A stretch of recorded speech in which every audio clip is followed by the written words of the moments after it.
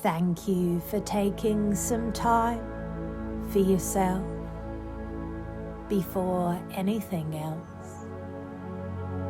I want to point out something important. Right now, even though your mind often travels, you're actually here. And you don't have to make that happen. It's already happening. While you're listening to these words, you can notice that this moment is unfolding on its own. And the fact that you're noticing this at all is already a sign that part of you knows how to be present. Perfect. You've spent a long time thinking about what's already happened. That took energy. That took endurance. And as you sit here now, you can allow yourself to recognize that you're not doing that work in this exact moment. Perfect. Even noticing that difference between remembering and simply being here is something worth acknowledging. You don't need to stop thinking about the past, but right now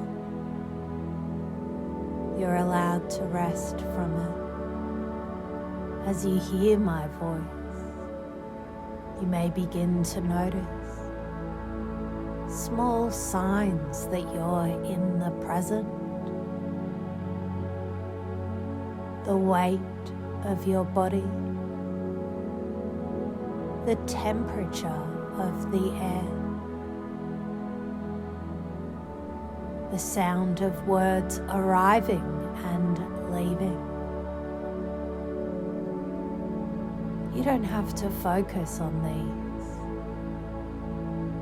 The fact that they're noticeable at all means you're already here. And each time you realize you're here, you can quietly give yourself credit for that, even if it only lasts a few seconds. At times, memories feel like they pull you backwards, and yet right now, they can be placed at a respectful distance. You might imagine setting those memories down, like books on a shelf. They're not gone. They're just not being read at this moment. And as you notice them resting there, you may become aware of the part of you that is not inside the memory. That observing part has always been here, some people notice that when they're not inside the memory, their awareness feels wider, not floating, not leaving, just less compressed. And as that happens, you might wonder whether this wider awareness feels steadier or quieter, or simply less heavy. There's no correct answer. Your experience is the right one. And as you continue listening, certain phrases may register more clearly than others. That's your attention organizing itself. You don't need to guide it. And each time your attention settles on a word or pause, that's another moment of being present. Even drifting is okay. Noticing the drift means you're here again. You may find that you don't need to figure anything out right now. Understanding can wait. Explaining can wait. And as you allow that, you might notice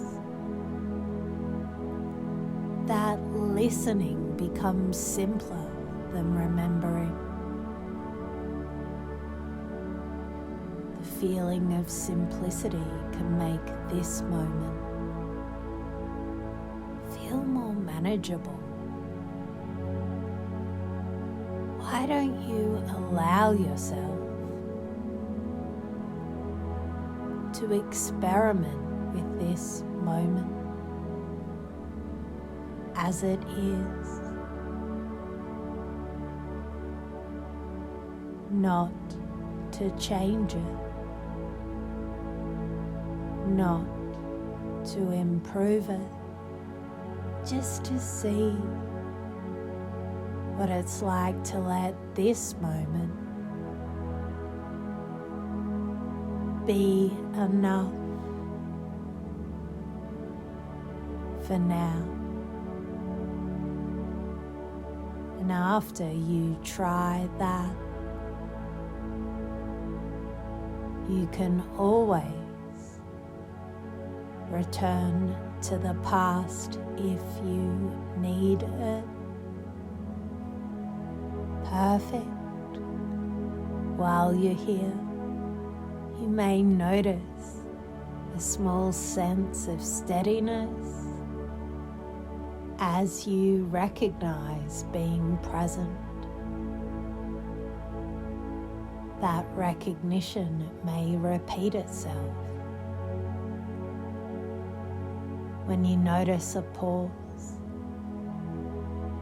your body may soften on its own. You don't need to remember anything. Until remembering is useful, the more you allow yourself to simply listen, the easier listening can become. And when you realize you're here again, that may happen more often than you expect.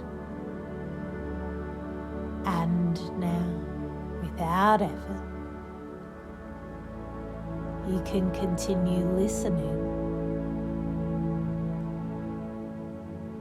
as I share a story. You don't need to place yourself inside it. You can simply let it pass through awareness. And the fact that you're here, listening now, already tells us something important. We can begin. I want to explain something in a way that's not about blaming you, because none of this is your fault. When someone has depression, it's not just they're thinking about the past too much. It's that their brain and body gets stuck in stress mode. And once that happens, the mind naturally keeps looping backwards. When you're under constant stress, emotional, mental or physical, your brain goes into survival mode. That's when you feel exhausted, irritable, anxious, heavy or numb. That version of you isn't your true self. It's your nervous system trying to protect you. Stress actually changes how the brain works. Over time, it can block chemicals that normally help with mood and flexibility. That's why depression can feel so sticky. Not because you're weak, but because your brain is literally having a harder time adapting. Here's something really important. Memory is not a video of the past. Every time you remember something, your brain rebuilds it using how you feel right now, what you believe about yourself, what your body is sensing. So if you're depressed, the brain tends to replay the past through a darker filter, even if that's not the full truth of what happened. That doesn't mean your memories are fake. It means they're shaped by your current emotional state. Depression makes the brain focus on mistakes, losses, what went wrong. Not because those things matter more, but because the brain is trying clumsily to prevent future pain. The same brain systems that remember the past are also used to imagine the future. So when the past feels painful and fixed, the future can feel empty or scary. That's not a personal failure.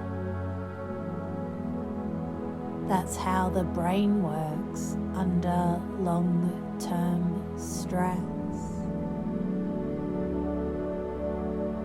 A huge part of mood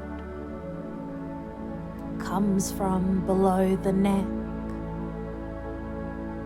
the gut, the heart, the nervous system. Most of the signals going to your brain come from your body, not the other way around. That's why depression can feel physical, heavy chest, tight stomach, fatigue. So telling someone with depression just to think differently is like telling someone with a broken leg just to walk it off. Forgetting details, replaying things differently, or feeling unsure about the past isn't a flaw. It's a side effect of a brain that's trying to make sense of the world while under pressure. Your brain isn't broken. It's overworked. And here's the key thing I want you to know. Memory is flexible, then your relationship to the past is flexible too. Because memory is something the brain recreates, not something set in stone. It means your story about yourself can change. Your brain can relearn safety. Your future doesn't have to be trapped by old versions of the past.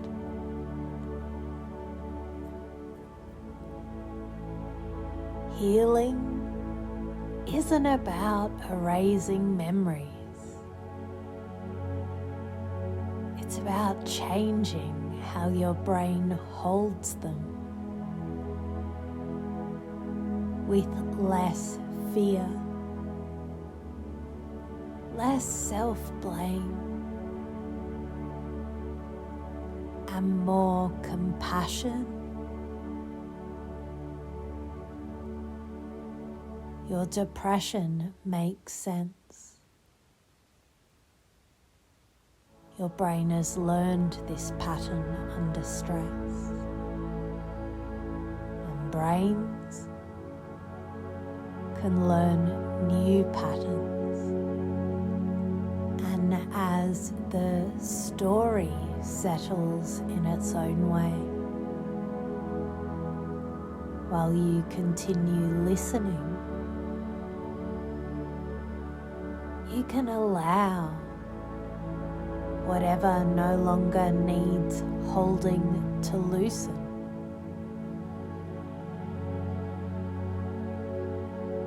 When something completes itself, please allow movement to happen quietly or subtly, or not at all.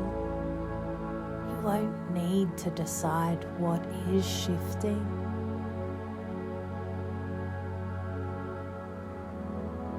Until you notice that deciding isn't required. And as release occurs, it may occur more gently than you'd expect.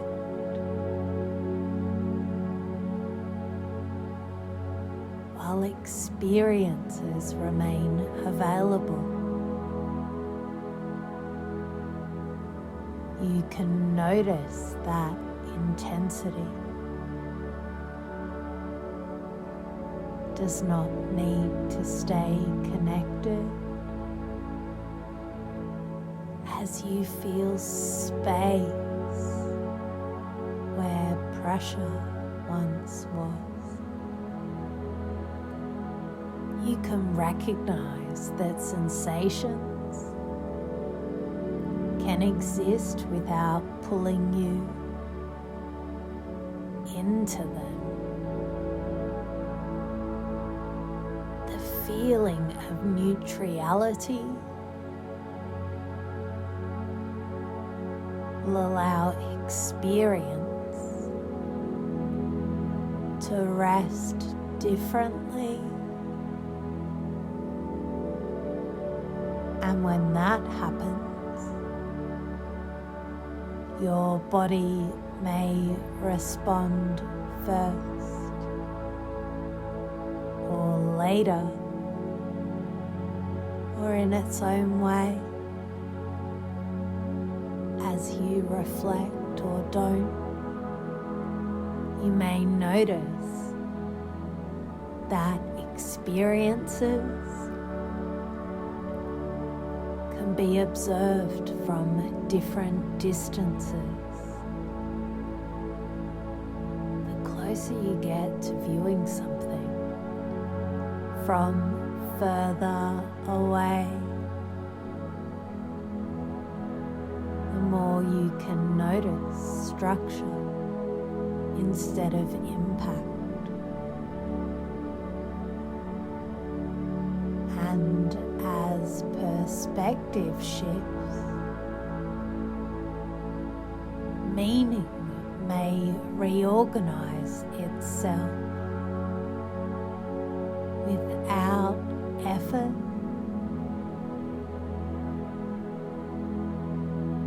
While attention rearranges itself, you can allow certain elements to soften. When unnecessary pieces fade, please allow what remains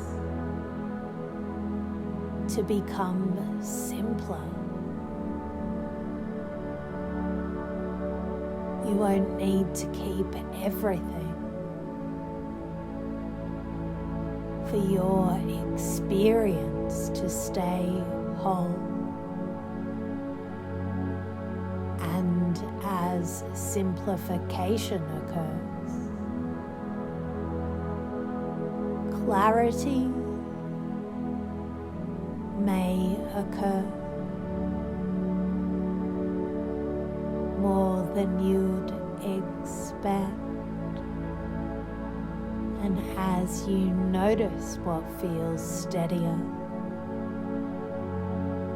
you can allow that quality to become more noticeable the feeling of stability will allow it to occupy more space than older patterns did. And as that representation grows, other versions may naturally shrink. You don't have to choose which one remains. And when you imagine time moving forward, days, weeks, or months, you may notice yourself responding differently in familiar situations as you sense that future version. You recognize that another option exists there. The feeling of having options will allow flexibility to develop. And when that future moment arrives, this may feel surprisingly familiar. Later, when thoughts begin to repeat, you can notice whether a steadier orientation arrives first. As soon as you recognize that shift, your body will know what to do. You won't need to recreate this experience, for it will be available when you need it. It may arrive more easily than expected. And now, while you remain exactly where you are, you can allow awareness to return to the room in its own time. And it's worth noticing that being able to do this comes from real effort you've made over time. When you notice sounds, please allow them to be ordinary, and you might gently recognize how much you've already learned about staying with yourself. As movement returns, you can feel how your body responds with a quiet familiarity, the kind that comes from practice,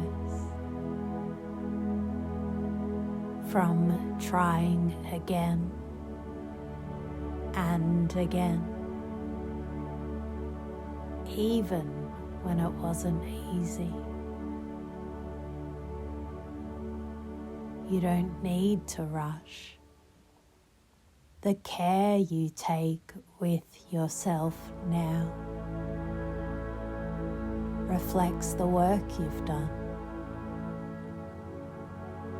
to understand, to grow, and to keep going, even during difficult moments. When you're ready, you can simply continue with your day, bringing with you the strength you've built, the insight you've earned, and the steadiness you've developed through persistence and courage. You may not always notice it, but it's there because you put it there. You are perfect just as you are.